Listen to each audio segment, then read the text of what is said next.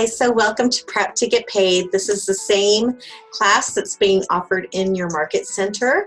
I am Dana Butts. I'm the Director of Marketing and Technology here at KW Albuquerque. So let's get started. I'm also going to have some videos that break each part down, like DocuSign versus green sheets. But for now, this is the entirety of the class. So let's see what's entailed. Prep to Get Paid, we're going to talk about documents and how they're loaded into your opportunity, how you get your documents through compliance, and how you do commissions in Command.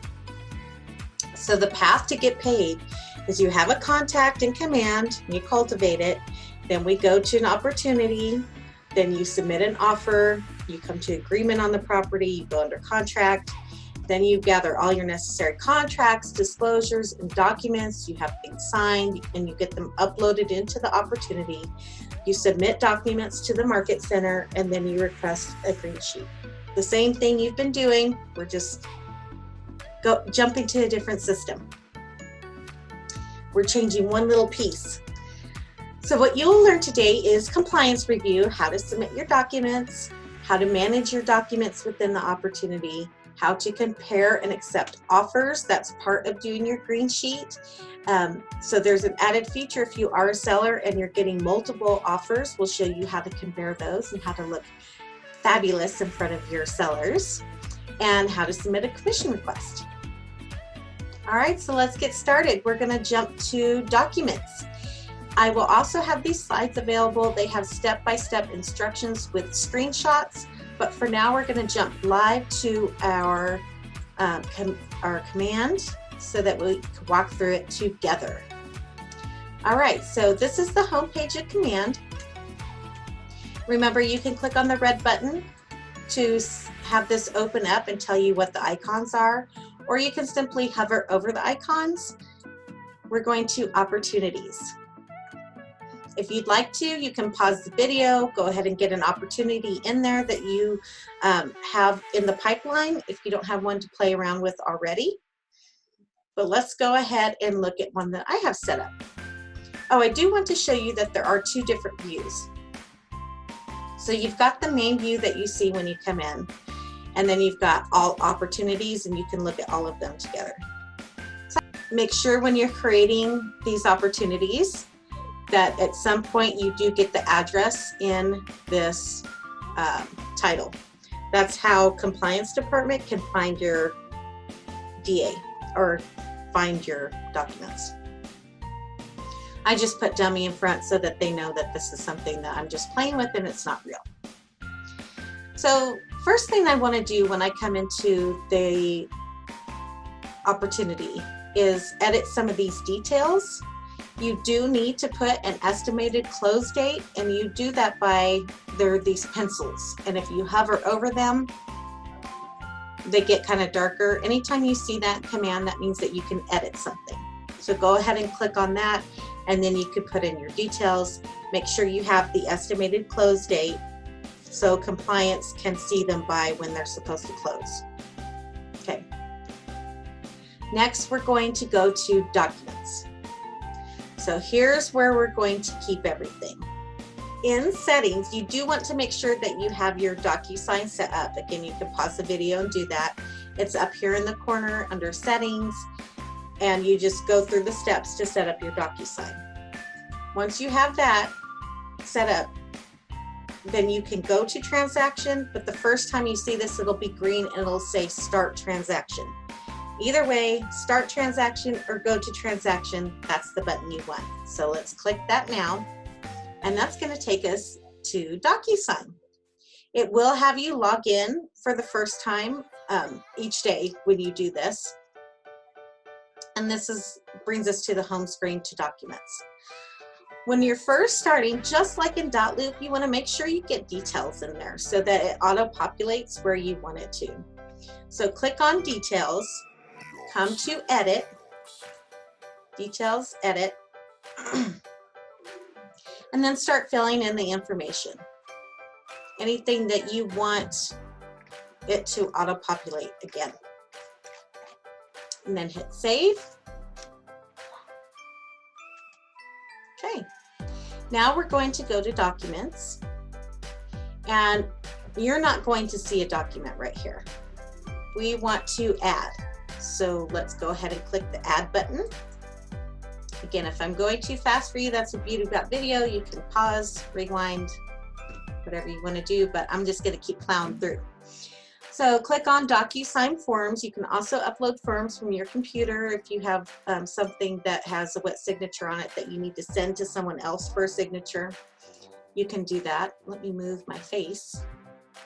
Okay, so you're going to select the library and you're going to select NMAOR. At some point in this process, just once, it's going to ask you for your NARDS number. So you can find that in MLS or you could do a Google search for NARDS lookup. NMAOR. Now we are working, Maria's working on getting these grouped together. So like if you have a buyer, this is the package you need. If you have a listing, this is your listing package. Right now they're all free and loose in here, but you can you can do a search. If you know the form number, you can search by form number. Let's just say, again, we're working with the listing agreement. Oh, it's not good. It's gonna make me do an addendum, fine. Okay, so pick out the forms that you want and add them to your room. In DocuSign, they call them rooms, and .loop, they were loops. Okay, they're added to the room. Now I'm going to select that document so that I can fill in the necessary information.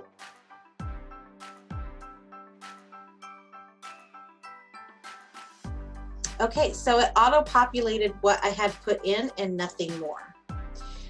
So all you do is simply click and start typing and it will fill in everything for you. Okay, I spelled Bernalillo wrong. I always think Bernalillo. Okay, we're not going to worry about signatures or initials at this point. We just want to fill out the form. And save and close here or save and close here.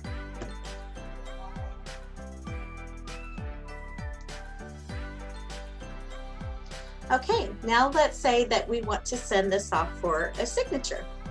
That is going to be an envelope. When we package something up in an email to send for signatures, they call that an envelope, however you pronounce it.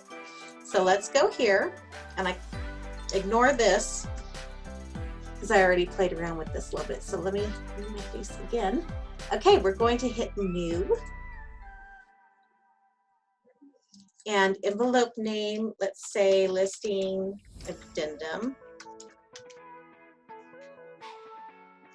And we're going to add documents to the envelope. So click on room documents. You can see I have two here. I'm going to select the addendum, add selected, and it's there. Here's where it populates where the signatures and initial go. So add recipient, and we want the pre-tagged roles. So I'm going to assign seller 1 to the seller, and oh, I don't need to sign this one. On the listing agreement, it has a place for the broker, and I just select it and I pick my name so it has both of us attached. Okay, so add selected. You know, I'm going to show you what that looks like because I want to explain something. So listing agreement, let's add that.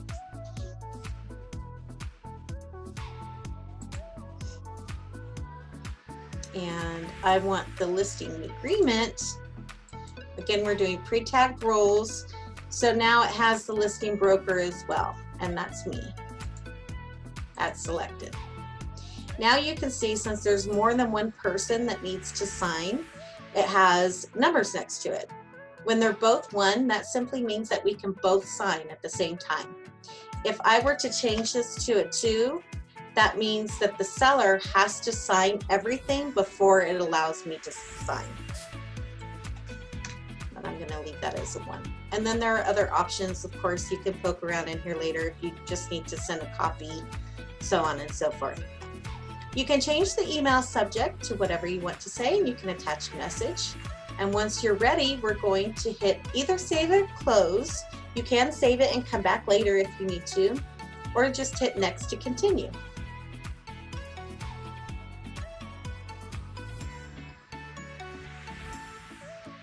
Okay, now you have one more chance to preview and add or change anything. So here's where you can double check the blocks and make sure all the initials and signatures are where they need to be. If anything needs to be deleted, if anything needs to be added. So I'm just going to go down and check. I'm not going to do the whole thing. I do want to just show you how you can, let's say, oh shoot, I forgot to check one of these. You can add a checkbox. Seller is not, and that is assigned to me. Do you see how it's yellow over here on the left? If I want to make the seller assign it, I can change it to blue, but I can do that later. If I wanted to, let's say somehow it missed getting a block somewhere, I can drag the signature. Same thing though, you gotta watch who it's going to make sign. Right now it's attached to me and I'm not the seller. So you click on it and you select the seller, it turns blue, so it'll have all the people here with different colors. Same if you need to do an initial somewhere, and if you add something that you didn't mean to, or you need to delete something, simply select it and hit your delete button. It's very user-friendly, very easy. Once you have proofed all of this and changed what you needed to change or added what you needed to add, you can hit send. And it will ask you if you want to sign it right away, but you have to click on it fast or it goes away. So I could click on that. See what I mean? It goes away. So now this also says need my signature, so I can go ahead and sign it now, but my people have it. And when they sign it, it'll come back signed. So once we have our document signed, we're kind of done with DocuSign for the moment. Now we're going to go back to our documents and we're going to put them in the placeholders. So what these are, again, are placeholders for our documents, just like it was in .loop. We had areas where we put certain files, and Marie has written down here whether or not they're required. Listing agreement is required. Some are conditionally required, and it'll tell you in what instance it is required if you don't know. So we're going to go ahead and click add a file, and you could click directly to DocuSign, or if you had something that was like, let's say the tax thing and they both signed it in person, you can drag and drop it from your files on your computer. But let's go ahead and pull it in from DocuSign. And I know that they signed the listing agreement, that's what form it is, so I'm going to click on that and hit assign. Boom, there is my listing agreement. Now let's say I submit to MC, that's going to be submit for compliance. And I can submit, and then what will happen is Marie will, or compliance, we have Joseph too, they will check this, and if it is rejected, this will be red right here. Whoops.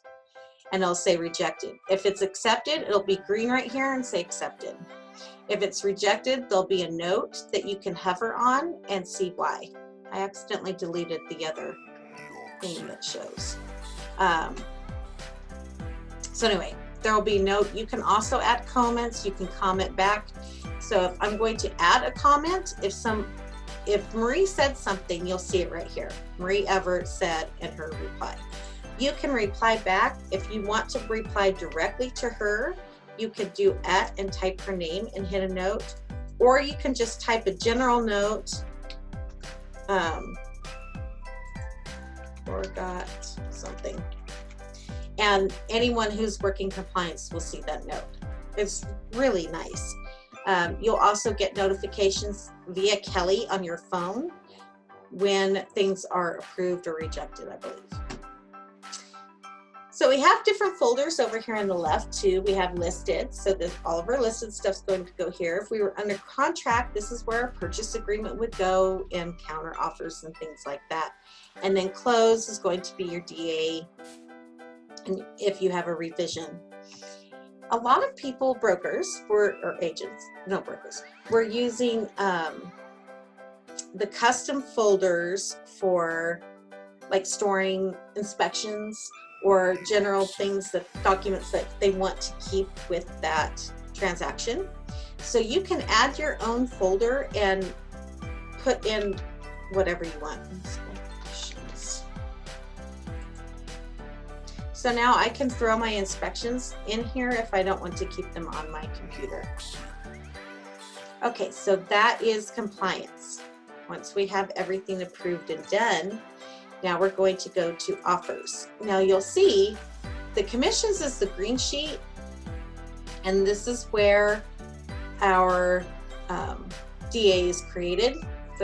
That's our green sheet, and it's not highlighted. You cannot click on it until you add an offer. So buyer or seller, you're going to add what the offer was in here. So add new offer. I'm going to say initial offer. And you can use this for two separate things. You can do the bare minimum just so that it lets you generate a green sheet, or you can use it to its full functionality and use it as something to present your sellers. So I'm going to show you first how you could use that for your sellers. So let's just say the buyer, I'm just going to throw my name in a couple places. So let's say this offer, let's say I'm with the seller and this offer is pre-approved, and we're going to go to terms. Now let's say it's cash and they put down 1% earnest.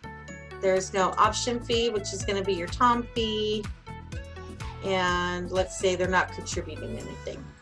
Agent analysis, and I'll say the pros of this, or they have $500 in cash.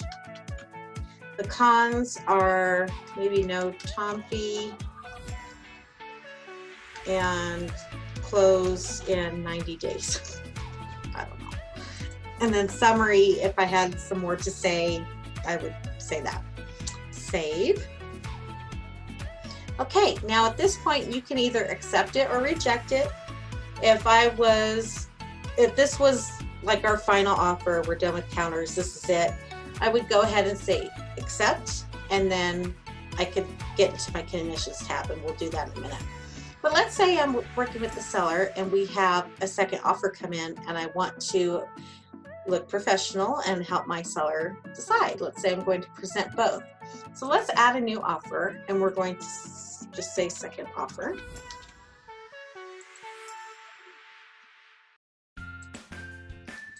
And I'm just making up stuff here.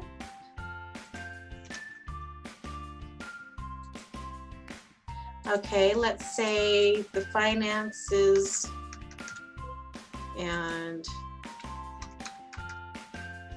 so let's say they're putting 50 cash and the rest is finance. Option fee is 200, and seller will continue. This is your home warranty. Lots of fives in this example. Okay, we're making it easy. So pros are they paid a TOM fee. Cons are they're financing 500, and they're asking for closing costs. But they also gave us $50,000 in cash, so it's $50K more than first offer. All right, so this is tough now because we have one with cash, one's more. So let's say save.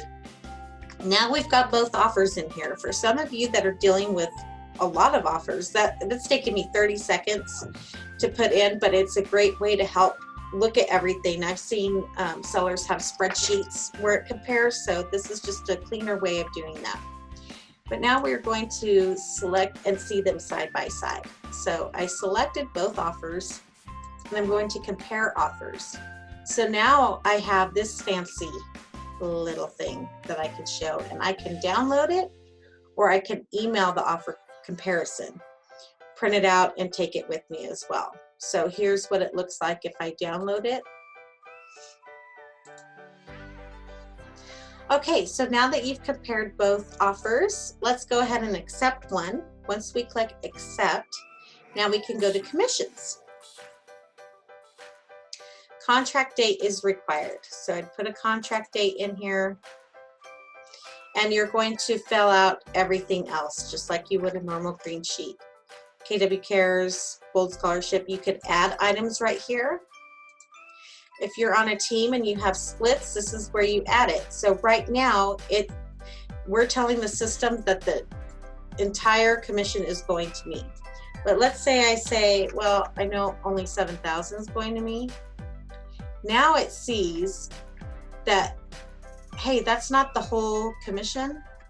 You need to add somebody else here or tell me where the rest of that money is going. So now if you scroll down, you can add an agent.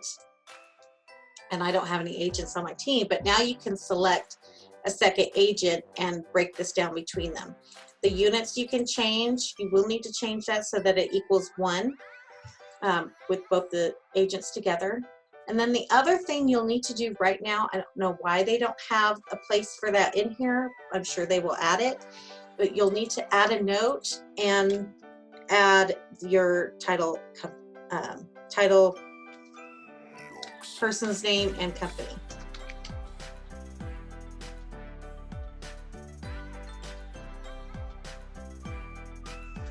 And then just to add so that Trevor knows, so our MCA knows. Okay, and then you hit submit and you're all done. Wait, let's see, it's telling me it has to total 1.